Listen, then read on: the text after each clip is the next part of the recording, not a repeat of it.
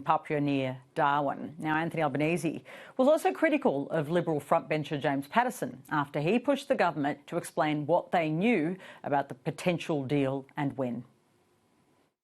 James Patterson, you know, he's the attack dog for them. He's out there. This is the guy who, the leader of the Liberal Party, stands up and says that the president of Indonesia has made a statement, and then when it's pointed out that that didn't happen, it's just made up, James Patterson comes out and his response is, why didn't Labor know that Peter Dutton was going to pile in on an issue because it was on the internet? I mean, seriously. Coalition campaign spokesperson James Patterson himself joins me now. Welcome to the program. As I live and breathe, Patricia, thank you for having me. Are you an attack dog? No, my job is to point out the facts and the truth about the Prime Minister and his record, whether it's his failure on the cost of living over the last 3 years, which sees Australians have lost more living standards than any other country in the developed world and worse in our history, or whether it's his weak leadership when it comes to national security and foreign policy, where he so often gets it wrong, confusing Australian Border Force with Australian Defence Force when it was tracking the Chinese research vessel, or claiming that the Australian Defence Force advised him at the same time as the Virgin Australia pilot of the live firing exercises that the Chinese Navy conducted in the Tasman Sea. I just spoke to Jennifer Parker, who is a well-known expert in these areas, and she has actually done some research to say that there was too much alarmism, particularly about the research vessel and the work that it was doing, that it was inaccurate, and we all have to be more careful because we'll face real crises with China potentially in the future. And so exaggeration or jumping too quickly would be problematic. Do you concede that you need to be more cautious? Well, I missed her interview, so I don't want to comment on it directly or what she said, but taking from what you said, I think it is important that leaders in government get the details right, and that's why I was concerned when the Prime Minister first said that the Chinese government gave us adequate notice of the live firing exercise in the Tasman Sea. That subsequently turned out not to be true. I was also concerned when he claimed that he heard from the ADF around the same time that he heard from the Virgin Australia pilot that those exercises were being conducted. That subsequently turned out not to be true, and I was concerned when he said that the Chinese research vessel was being tracked in Australian waters by the Australian Defence Force when in fact it was being tracked by the Australian Border Force.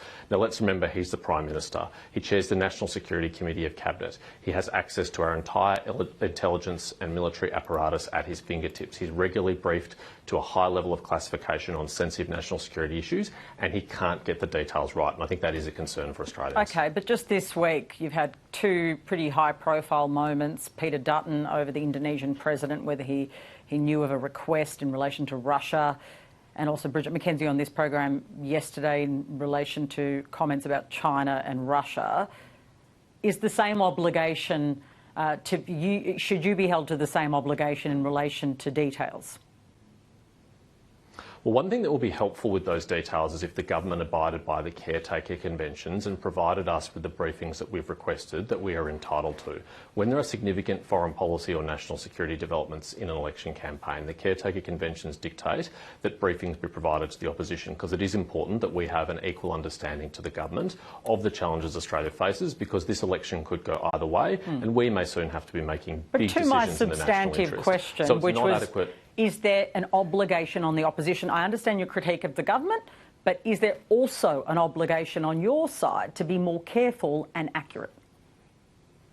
Well, I think this is a really substantive issue, Patricia, because 48 hours since we made this request, it has not been granted. And I would be very grateful if the government would abide by the caretaking conventions and provide those briefings so the opposition has an equal picture about what's going on here. OK, but I am going to ask third time. I know you want the briefing, and you've made that point, and I think it's a fair enough point.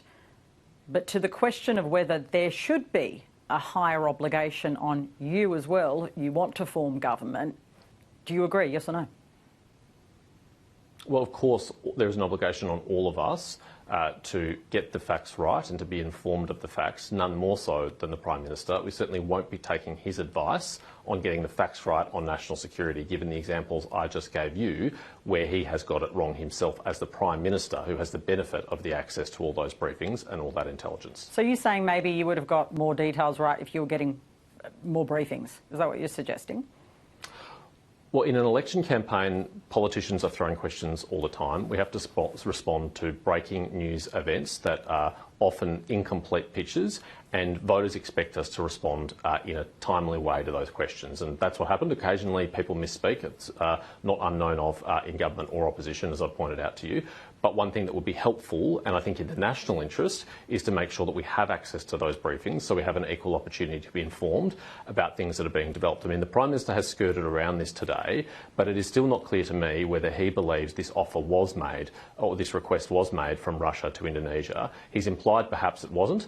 Well, if that is the case, we should know that, because the military publication, Janes, which published this, is a very respected publication. They put out a statement standing by their story today. The Russian government has put out a statement which doesn't directly say, but certainly implies, that this conversation has happened with Indonesia. And of course, the Russian Defence Minister, in the middle of their largest war since the end of World War II, travelled to Jakarta in February for discussions with the Indonesian government. So if no offer was being made or no request was made, then that's certainly interesting, but we would like to establish those facts, and a briefing would assist us to do so. If you were to win the election, how would you influence the Indonesians to stop them? Or, I know you suggested yesterday you'd like to stop them having military aeroplanes come through Indonesia from Russia. How would you do that? I mean, they're a sovereign nation. They can make their own decisions. How do you influence that?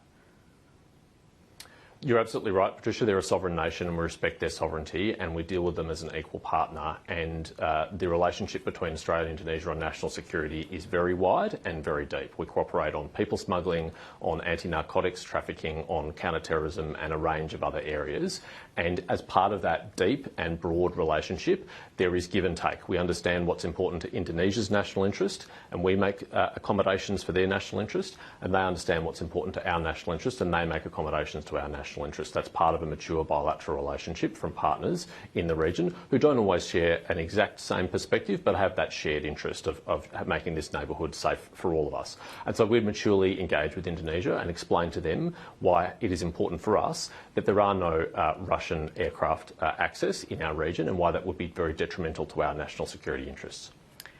Malcolm Turnbull has tweeted saying that negative gearing is examined by every government and was examined by his government. He says that Peter Dutton was indeed a senior cabinet minister.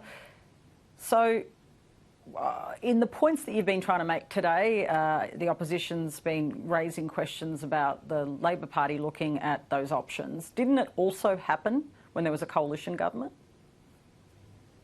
Well, I'm not asking for the Prime Minister not to consider negative gearing. If that's what he wants to do, he's welcome to do that. What I'm asking is the Prime Minister be honest about it, and he clearly wasn't honest about it in the debate last night, Patricia. He said that his government did not seek any advice from Treasury on this issue. His own Treasurer, standing next to him today, had to admit, in fact, they did seek advice on this. When a smooth talker like Jim Chalmers can't even find a way to extricate the Prime Minister from his lie, I think that speaks volumes. The Prime Minister should just be upfront and honest about this, because he has lied about tax before. Before the last election, he said they'd make no changes to stage 3 tax cuts. They did.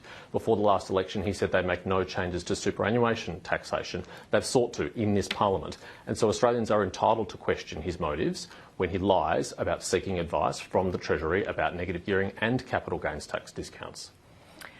So I just want to clarify that first bit of the answer, if I can, which is you think it's fair enough governments can look at negative gearing. Yours did, Labor did. No one's actually pursuing it, it seems, though. Well, we're certainly not. We believe that negative gearing is a perfectly acceptable part of the tax system. We think it's a way to ensure that there are adequate rental properties provided to the market. We think it's a way for aspirational people to build wealth. So we support negative gearing. But we also want to give a leg up to first-time buyers. I get that, but do you support the idea that, governments ask for different advice, just like the Turnbull government did? Yes, governments seek advice, and when they do so, they should be honest about it, and the Prime Minister hasn't been. He's been contradicted by his own Treasurer on the question of whether or not they sought negative gearing advice.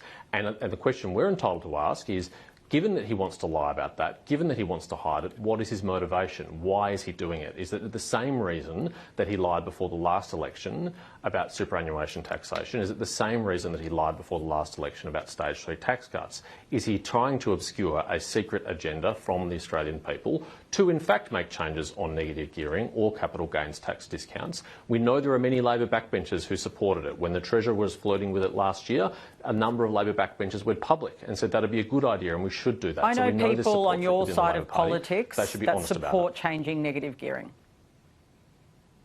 Well, if they do, they're very welcome to say that. I haven't heard them say that. We're not taking that policy to this election, and we won't make any changes to negative gearing because we support the principle that you should be able to deduct the losses against your rental income. We think that's an important principle in the tax system. Okay, final question. Peter Dutton said last night that the water issue for your nuclear plant is resolved, that you've included it in your modelling. But one of your own MPs, Darren Chester, says experts will first need to determine facts, not opinions. Is Darren Chester wrong? Well, I haven't seen the full context of Darren's comments. I'm not sure when that interview took place. I'll have to go and look at that, Patricia. But we are very confident about our nuclear plan. We've done extraordinary level of work on the 7 potential nuclear sites, the host communities that would have it, which of course, as you know, are on the sites of retiring coal-fired power stations, where we have the benefit of access to water already because they rely on it, where we also have the benefit of access to transmission lines and a workforce which has highly transferable skills, and communities which are energy mature and understand how a sophisticated modern energy system can work, and understand that of the 20 G20 countries in the world... Is Darren Chester wrong that there's going to be a process? I can't contradict Darren because I don't know what it is you've said. You've just put a very small quote of his to me. There's going to be a process to work out the water needs, whereas Peter Dutton thinks it's settled. Which one is it? Well, forgive me, Patricia, I'm not going to rely on just a partial quote from you of an interview of my colleague that I haven't seen. I don't know the full context of what he said, but I am very confident that we've done the careful, methodical, considered work and that nuclear power is a proven technology. This is not a new technology. It's not like the Prime Minister's plan to rely on green hydrogen, which is totally speculative. This is a technology which has been used around the world very successfully in the world's largest and most developed economies, where governments of the centre-left and the centre-right in the European Union, in the UK, in North America, use this technology successfully to bring down emissions and provide reliable baseload affordable power. Looking forward to a little Easter break, or aren't you getting one? Well, look, there'll be a bit of a cessation of campaigning hostilities for Good Friday and for Easter Sunday, and I think that'll be a time for a little bit of downing on the tools, but otherwise it's normal campaign routine for us. OK, all right. Well, I hope you have a good little break, even if you get one. Thank you very much. Thanks, Patricia.